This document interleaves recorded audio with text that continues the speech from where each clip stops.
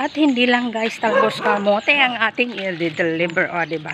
May puso na din siya ng saging guys, dalawa, o diba?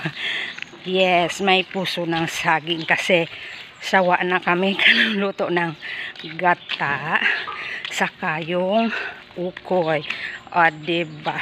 Nagsawa na. Iba talaga pag pinagsawaan na. Charot. Oh, no! Ay, naghugot na naman si Aningning, o diba?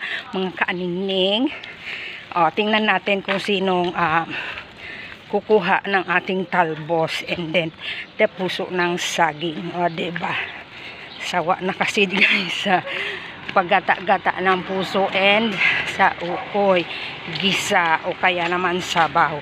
So para maiba naman ang gulay, pagpalit tayo o kaya naman pera at ibibili natin ng meat, o diba? Yan guys, so abangan natin kung sino ang kukuha ng ating panindang talbos. I-deliver lang natin ito sa kanto. Yan. So malapit na tayo guys, kaya lang nakita ko sarado si Suki, si Ate Clarice. So saan ko kaya ito i-deliver? O baka kunin nitong si nitong para iisda guys. So tingnan natin.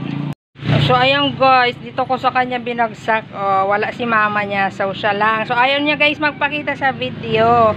So ayan na yung deliver ko guys. O diba, sarado kasi si Ate Clarice. O yan. So aninano niya na inaayos. O kasi wala naman talaga siyang tinda guys na talbos. O diba.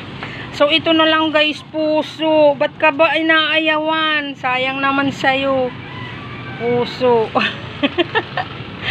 Ano ba yan? Pinagsawaan na, inaayawan pa. Charot. Kaya guys, sa karinderya nito guys, ialok ko tong puso kung kukunin nitong gulay. Diba? Maggulay siyang puso guys. Guys, sa kantin guys, ino-offer ko. Gusto mo ting puso, te?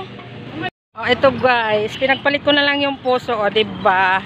25 daw yung dalawa. Kaya ito 20 plus itong ano to? Ibos. Di okay na at least, diba? Busog ang ating tame. Yan.